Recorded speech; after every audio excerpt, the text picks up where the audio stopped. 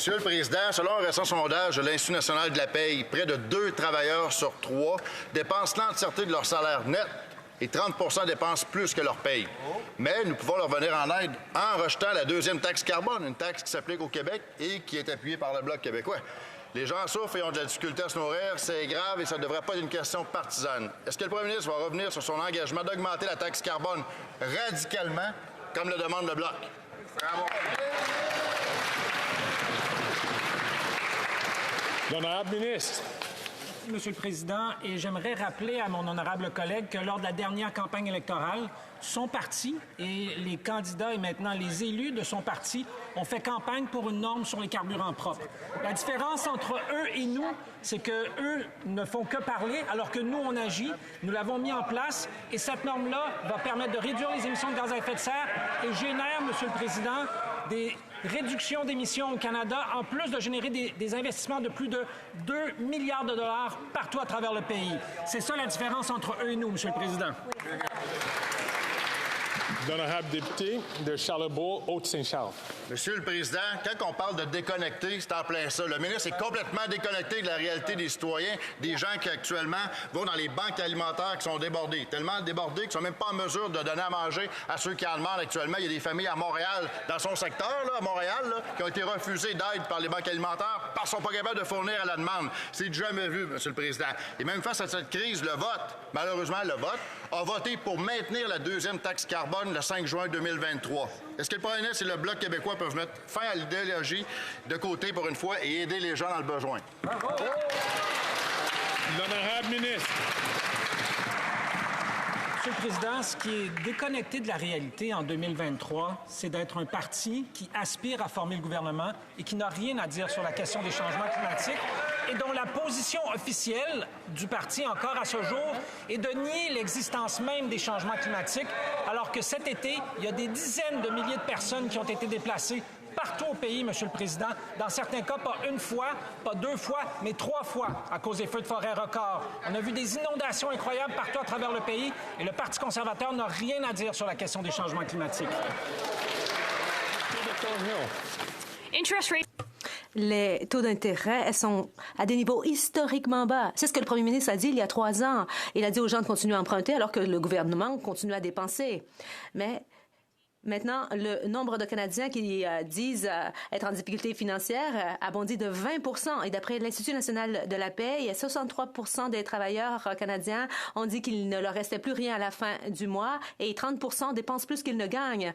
On appelle ça une crise nationale. Quand est-ce qu'on va enfin équilibrer le budget pour que les taux d'intérêt baissent et que les Canadiens puissent conserver une plus grande partie de leur propre argent? La ministre des Finances. Monsieur le Président, c'est la première fois que je prends la parole et je tiens à vous féliciter car il s'agit d'un événement historique que votre élection. Monsieur le Président, les conservateurs présentent des informations qui sont fausses. En fait, nous avons permis de construire davantage d'unités grâce à l'élimination de la TPS sur la construction. Et puis, nous allons apporter des changements à la loi sur la concurrence qui va permettre d'abaisser les coûts dans le secteur de l'alimentation. La députée de Thornhill, la ministre avait trompé les Canadiens lorsqu'elle a dit que les taux d'intérêt allaient demeurer bas pendant un certain temps. Mais maintenant, les Canadiens s'exposent à un choc lorsqu'ils renouvellent leur hypothèque. Et c'est ce que la Banque du Canada a dit. Et d'ailleurs, un ancien gouverneur de la Banque du Canada, David Dodge, a dit que les choses vont empirer. Les Canadiens ne peuvent pas dépenser jusqu'à se tirer d'affaire par rapport à un problème qui a été créé par le gouvernement. Les taux d'intérêt sont à la hausse et ça veut dire que les Canadiens doivent payer davantage pour leur hypothèque. Alors, pourquoi ne pas enfin écouter les Canadiens et même tout le monde, arrêter ces dépenses inflationnistes et ainsi permettre aux Canadiens de garder leur maison? La ministre des Finances et vice-première ministre. Monsieur le Président, les seules personnes qui trompent les Canadiens, ce sont les conservateurs, les députés d'en face. En réalité, le Canada a le déficit le plus bas parmi les pays du G7 et le ratio dette-PIB le plus bas. De plus, notre cote AAA a récemment été confirmé de nouveau par les agences de cotation. Ce sont des experts qui le disent, pas les conservateurs. Oui, il faut construire davantage d'unités de logement et voilà pourquoi nous avons pris des mesures et nous avons investi plus de 20 milliards pour la construction. L'honorable député de Calgary, Forest Lawn. Les Canadiens ne devraient pas croire la ministre des Finances car les libéraux avaient encouragé les Canadiens à emprunter le plus possible. Des centaines de milliards de dollars ont été lancés comme de l'huile sur le feu de l'inflation et maintenant les Canadiens sont confrontés à une hausse des taux d'intérêt. C'est du jamais vu depuis des décennies. Une hausse de 6 %, c'est 200 % sur la facture hypothécaire. Alors pourquoi ne pas prendre des mesures pour réduire les taux d'intérêt? Parce que sinon, ça veut dire qu'ils veulent que les Canadiens continuent de perdre leur maison. La ministre des Finances. Monsieur le Président, encore une fois, nous avons affaire à des propos trompeurs de la part des conservateurs. En réalité, on a reconfirmé année après année notre cote AAA au Canada. Nous avons le déficit le plus faible parmi les pays du G7 et nous avons aussi le ratio dette-PIB le plus faible. Nous sommes un pays en pleine croissance et voilà pourquoi nous avons besoin de construire des résidences plus rapidement, mais nous avons éliminé la TPS sur la construction et nous avons un fonds de 20 milliards de dollars qui finance de nouvelles constructions par le biais de la SCHL. Le député de Calgary, Forest Lawn.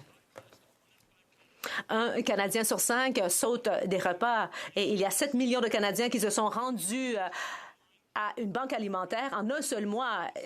Elle est complètement déconnectée de la réalité.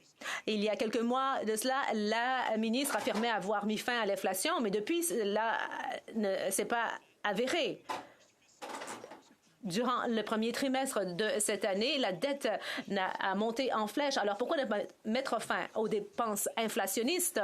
Peut-être que le premier ministre estime que cela ne relève pas de sa responsabilité non plus. La ministre des Finances et vice-première ministre. Monsieur le Président, les conservateurs font du nivellement vers le bas et non seulement ils ont des propos trompeurs, mais cela porte aussi à confusion. Si j'ai bien compris, le député d'en face semble croire que notre code AAA, c'est un désavantage pour les Canadiens qui travaillent fort. Non, je ne suis pas du tout d'accord. Cette cote de crédit, c'est à la base de tout ce que le gouvernement fait pour bâtir davantage de maisons et pour appuyer les Canadiens qui travaillent très fort et qui appartiennent à la classe moyenne. Charles Bourg,